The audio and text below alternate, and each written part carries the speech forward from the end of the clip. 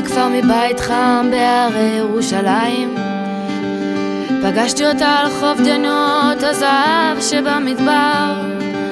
7 שנים עבדתי בשבילה, בחוץ ידיד בפנים אוהב. היא נתנה לי מדי פעם את היד, אבל אף פעם לא את הלב. כשיצאתי למסע היא קשרה לי צמיד סביב פרק כף היד. הוא היה עליי שנים עד שנקרא לי ועבד.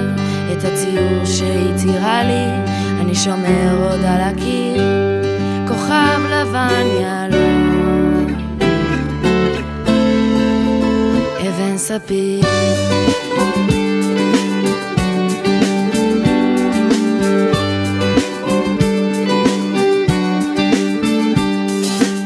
יום אחד הופיע בחדרי מטר על מטר מרובע, היה לי שם מקום למיטה לא זוגית ולמאפרה.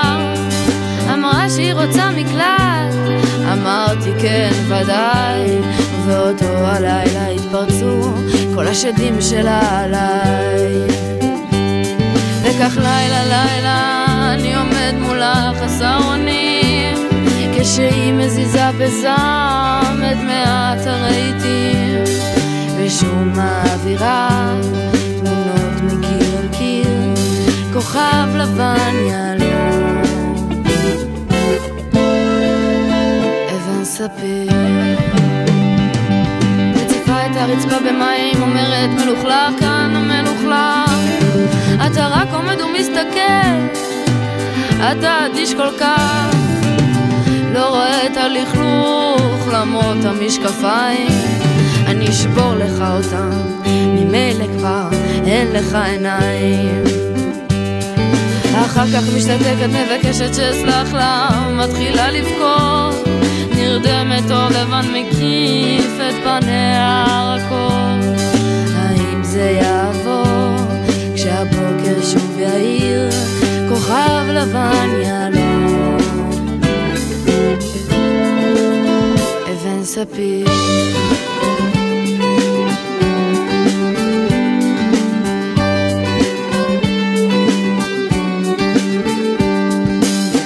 יום אחד השאירה פתק, לא נראה לה שתחזור, לא יכולה להישאר כאן ואת ליבי לשבור.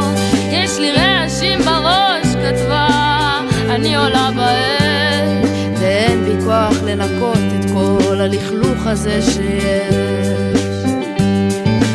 אל תחפש אותי, תמצא אישה, תקימו משפחה, אני חוזרת אל הכפר, אולי אמצא שם מנוחה. היא נעלמה ובחדרי ריקנות שוב באוויר, בלי כוכב לבן יעלום, אבן ספיר.